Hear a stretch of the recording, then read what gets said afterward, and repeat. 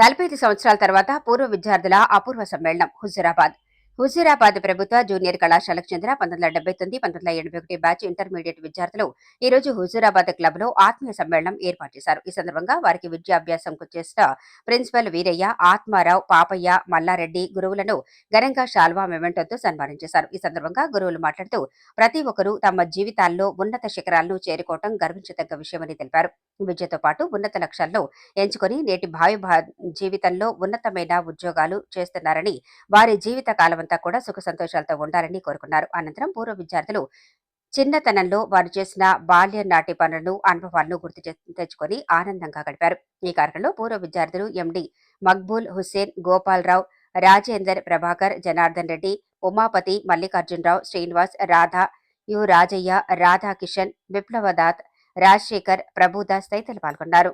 Atmarao sir గారు, Papayya sir గారు, Reddy sir గారు, మరి నాకు తోటి ఫ్రెండ్స్, సిస్టర్,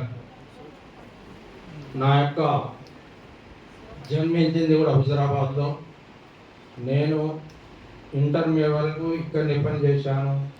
తర్వాత ఫస్ట్ 1982లో నేను బిఎస్ఎన్ఎల్లో టెలిఫోన్ ఆపరేటర్గా అపాయింట్మెంట్ అయ్యాను. తర్వాత నా యూనియన్లలో కూడా చురుకుగా పాల్గొని రాష్ట్ర స్థాయి వరకు పోయాను.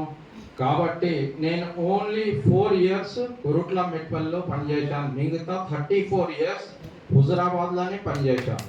హుజూరాబాద్లోనే రిటైర్ అయ్యాను. అప్పుడు టెలిఫోన్ ఆపరేటర్ అంటే చాలా విలువ, అంటే చాలా విలువ. సిఐ గారు కూడా వచ్చి ఎక్స్చేంజ్లో నిల్చునేది ఒక నంబర్ కావాలి, మా డిఎస్పి గారు మాట్లాడతారు.